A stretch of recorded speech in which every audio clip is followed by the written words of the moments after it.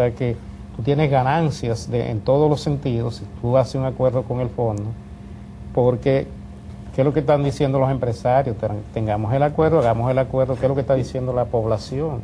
¿Qué te decían los empresarios? Quiten a Radamés Segura de la CDE y firmen con el fondo. El gobierno los ha complacido con esos dos elementos, ¿no? Sí. Pero el acuerdo con el fondo es un bálsamo, claro. El país gana. Aclara el horizonte. Es decir, mejora los niveles de confianza de los agentes económicos. De la inversión extranjera directa, la calificación de riesgo país. Oye, crea todas las condiciones para financiamiento que están incluso aprobados y no se habían desembolsado. Y una demostración de voluntad. Y para incluso el cumplimiento de la ley de capitalización. Sí. Lo va a permitir el acuerdo con el Fondo Monetario Internacional. Y es una decisión de voluntad donde un gobierno se autodisciplina. Dice, yo voy a hacer este acuerdo porque sé que lo necesito y voy a cumplir. Entonces ya eso le da a la población, a la gente económica y a todo el que observa las acciones del gobierno, le da una línea, le da un panorama de lo que va a venir después.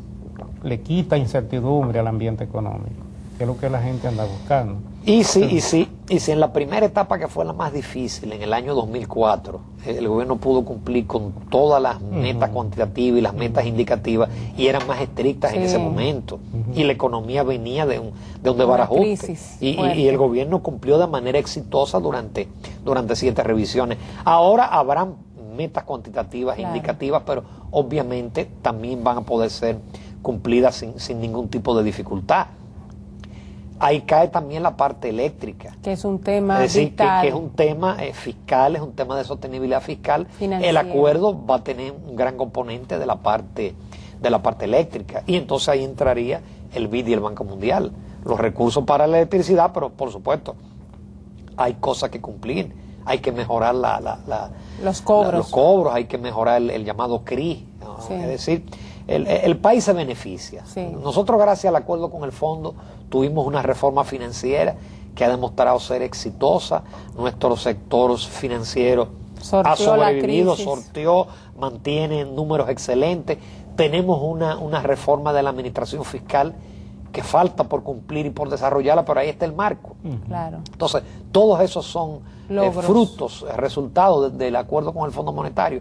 Ahora yo pienso que podremos seguir avanzando, más todavía en materia de reforma financiera y de la aplicación de ese conjunto de leyes que permitirían una mayor transparencia y un mejor uso de los recursos. Eso es algo sumamente importante. Y usted mencionó, ingeniero, el sector eléctrico. Hay muchas expectativas de distintos sectores de la vida nacional a raíz de la designación del licenciado Celso Marrancini, el empresario.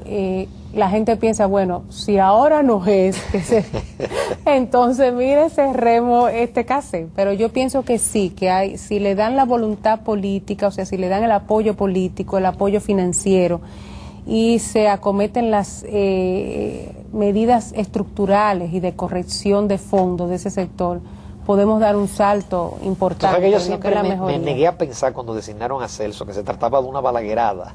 Sí. Porque el doctor Balaguer designó 2 personas del sector privado en su momento que fueron críticos, y no los apoyó y finalmente los destituyó. Y fracasaron. Pero aquí hay demasiadas cosas en juego, entre ellas el futuro político del presidente y el futuro de su organización, que está muy ligado a lo que pasa aquí con el sector eléctrico. Es decir, aquí en el 2012 ese ha sido el talón de Aquiles. Debe haber una mejoría en el sector eléctrico. Entonces yo pienso que la colocación de Celso fue un buen mensaje, pero lo de Celso no viene solo. Es decir, viene el BID, el Banco Mundial. El BID y el Banco Mundial deben presentar en un par de meses un estudio, aunque todo el mundo sabe lo que hay que hacer en la CDE. Es un problema de cobros, renegociación de contratos y de hay una serie de intereses también y conflictos de intereses, sobre todo ligados a los contratos, que va a haber que tomar decisiones valientes también para poder enderezar. Comenzando con pagarle, porque para poder negociar con esa gente hay que pagarle, aunque sea en papeles. Claro. Con bonos, con papeles de largo plazo, títulos, pero habrá... Hay que honrar. Porque también uno le dice a la gente, hay que pagar la energía, pero ¿a qué costo? ¿A qué tarifa? Es decir, la clase media siente el impacto de estas 2 alzas. Bueno. Estamos apagando los aires y la luz y todo eso, porque nos ha sorprendido cuando llegó ha subido bastante. Vamos a una pausa y venimos.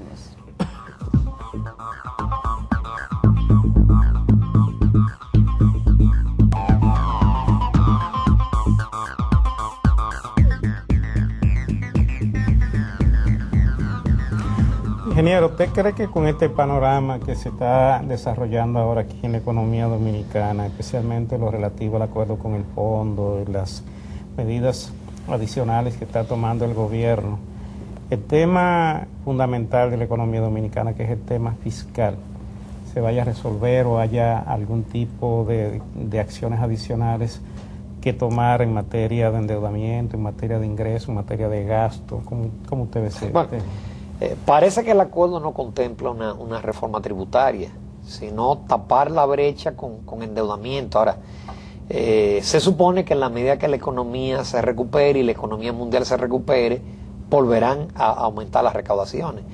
Yo estoy convencido que tarde o temprano el país va a abocarse a una verdadera reforma tributaria.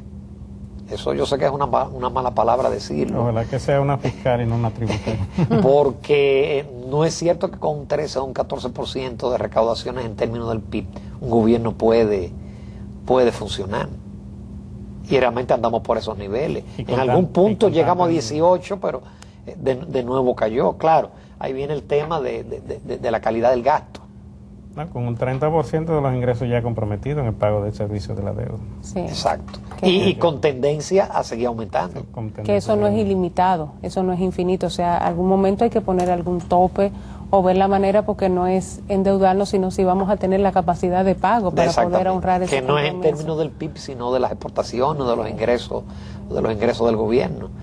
Y ahí en ese tema con relación, ¿usted no cree que la oportunidad de revisar el modelo económico puede ser un buen escenario para tocar esos puntos y lograr compromisos económicos y sociales con los distintos sectores representativos de la vida nacional? No, eso es un imperativo, porque eso que vemos en el presupuesto también uno lo ve en términos de la balanza de pago.